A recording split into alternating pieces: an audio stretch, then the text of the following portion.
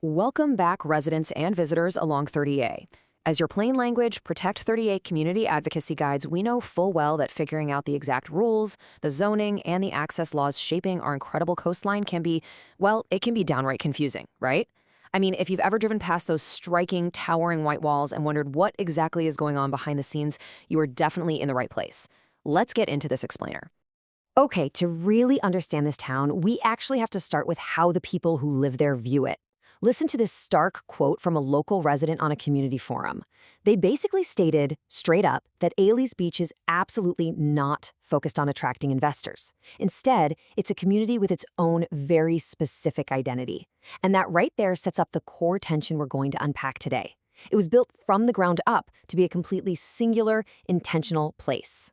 So that brings us to the big, central question, one we debate pretty much constantly. Is Alys Beach a beautifully intentional sanctuary, or is it an exclusionary fortress? We're going to look strictly at the facts today. No taking sides, just challenging the trends without attacking the people. Because this dual reality, it literally defines everyday life on the East End. Some folks see the strict rules as the absolute only way to preserve sustainable coastal design. Meanwhile, critics argue those exact same rules are basically engineered to keep the general public out and keep the price of entry sky high. To understand how those rules even work, we first got to talk about who makes them. The HOA. Now, for anyone unfamiliar, a homeowners association is just a private organization in a planned community that sets and enforces the rules. Over there, it's the Alys Beach Neighborhood Association, or the ABNA. And here's the crucial part.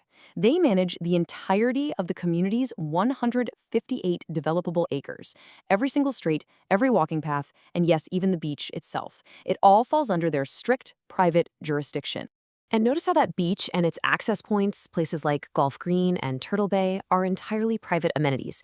It's a bit of a contrast, right? Because while that gorgeous town center with all its restaurants and shops on the north side of 30A is wide open to the public, the sand itself is explicitly closed off to non-guests by design. The whole 158 acres are privately owned. That means the water is effectively off limits unless you're an owner or an official rental guest, period. But what's really fascinating here is how they handle safety on that private sand. Starting in March 2025, the HOA introduced fire district lifeguards. So instead of relying on county taxes to guard a public beach, the Alys Beach HOA is directly funding this multi-year initiative out of their own pockets. It's a massive shift. They're actually bringing in highly trained professionals from the South Walton Fire District to staff a tower on their previously unguarded private stretch of sand every single day from 10 a.m. to 6 p.m. all season long. Now, all this talk of private beaches brings us to a really huge legal concept sweeping Florida right now: customary use. Put simply, customary use is the legal idea that the general public has long-standing historical rights to use a beach's dry sand, even if the actual property line legally extends right down into the water. It's basically the concept that keeps the beach open for everyone to walk on, set up a chair, and just enjoy. So how does customary use interact with Alys Beach? Well, in 2025, Florida passed Senate Bill 1622. It was a major law restoring the local county's authority to adopt customary use ordinances without needing a judge's approval first. Huge deal.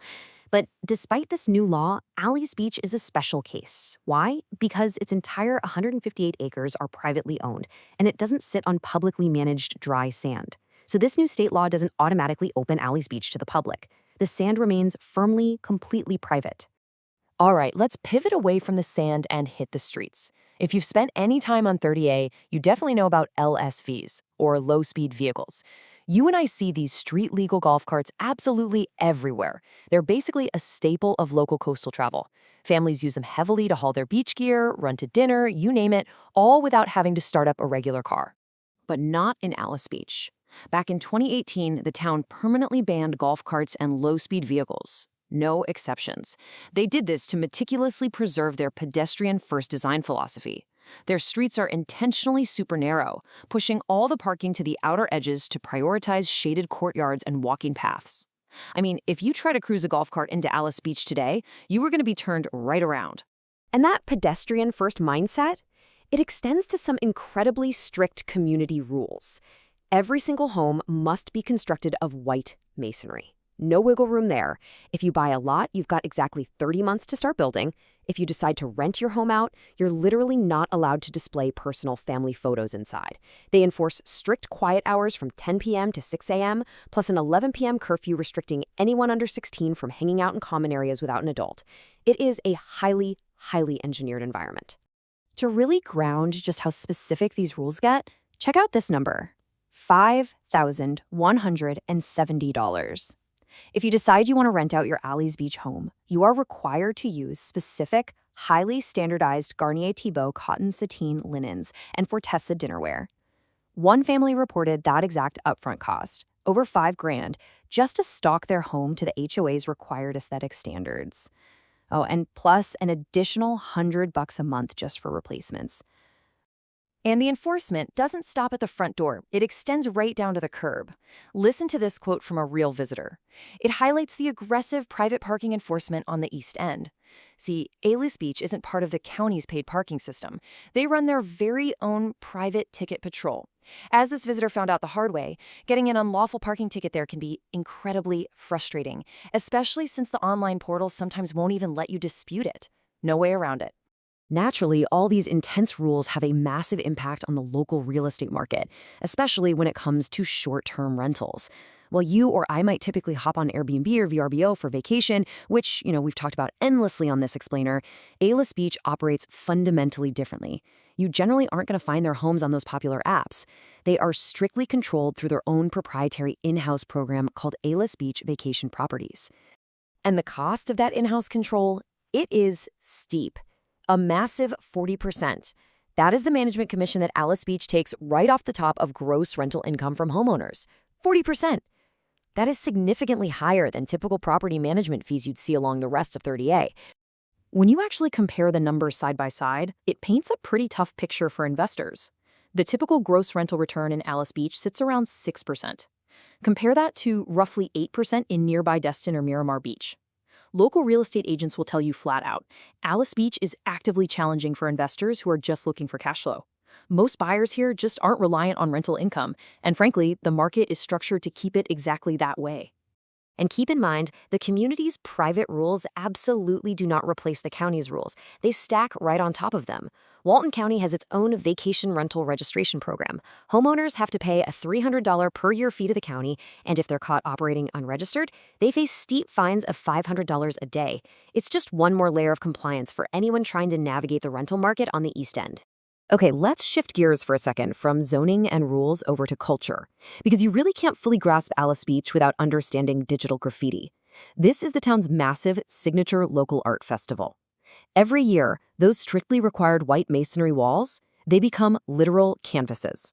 Artists from all over the world project these incredible, vibrant digital works onto the architecture after dark. It's a high-energy, absolutely amazing event that draws thousands of people. But if you're looking at the upcoming schedule, there's a major change locals definitely need to be aware of.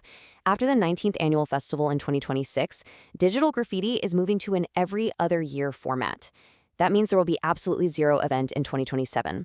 The festival is going to return for its 20th anniversary in 2028, and then it'll only happen on even-numbered years going forward. So bringing this all together, we're really left with two very distinct views of this master plan community. The supporter view argues that these strict architectural codes, the 40% rental commission, and the golf cart bans, all of it, are exactly what preserve a rare, intentional, and beautifully sustainable coastal town. On the flip side, the critic view looks at the private sand, the heavy enforcement, and the massive upfront costs, and sees a community engineered specifically to keep the general public out. Both of these perspectives are strongly, genuinely held by people living right next door to each other along 30A. And look, this debate, it isn't ending anytime soon, because the town is actually only halfway built out right now. Alys Beach is entitled for 899 housing units in total, with full build-out projected around 2036. Huge, multi-million-dollar expansions like the new Gigi Block and the Silva Amenity Center are literally going up as we speak. The physical footprint of this intensely private town is actively expanding. Which leaves us with this final, vital question for you to ponder. As Alys Beach continues to expand toward that 2036 build-out, what local zoning and coastal access changes should East End residents be watching next? We challenge you to stay informed, show up to your county commission meetings, and keep a very close eye on how customary use and private beach boundaries continue to evolve along our coast. Thanks so much for learning with us on this explainer today. Stay engaged and keep protecting 30A.